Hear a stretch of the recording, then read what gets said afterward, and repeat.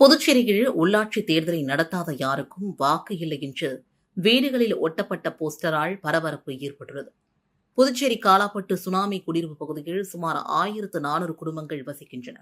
இப்பகுதியில் சுத்தமான குடிநீர் இல்லை, பாதுகாப்பான மின் வசதி இல்லை என்ற குற்றச்சாட்டு நீண்ட காலமாக உள்ளது.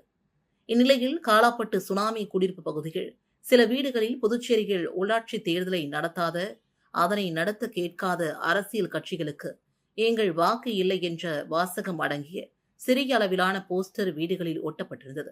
இதுகுறித்து மக்கள் நலச்சங்க நிர்வாகிகள் குமார், ஆனந்தன், பிரகாஷ், சேகர் ஆகியோர் கூட்டாக கூறியதாவது: காலாப்பட்டு சுனாமி குடியிருப்பு எங்கள் தெருவில் பூமிக்கு அடியில் சென்ற மின் வயர்கள் பழுது காரணமாக கடந்த 10 ஆண்டுகளாக தெருவிளக்குகள் எரியவில்லை. அதனை சரி செய்ய பலமுறை கேட்டும் நடவடிக்கை எடுக்கவில்லை.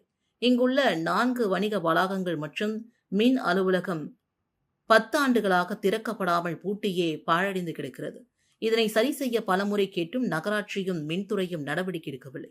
புதுச்சேரியில் மக்களுக்கான அடித்தட்டு அதிகார உள்ளாட்சி அமைப்புகள் செயல்பட்டிருந்தால் இதுபோன்ற பிரச்சினைகளுக்கு தீர்வு கிடைத்திருக்கும். புதுச்சேரியில் உள்ளாட்சி தேர்தலை கடந்த 14 ஆண்டுகளாக நடத்தாமல் சூழ்ச்சி செய்து முடக்கியுள்ளனர். உள்ளாட்சி தேர்தலை நடத்தாத, அதனை நடத்த கேட்காத அரசியல் கட்சிகளுக்கு எங்கள் வாக்கு இல்லை என்ற நிலைப்பாட்டை எடுத்துள்ளோம்.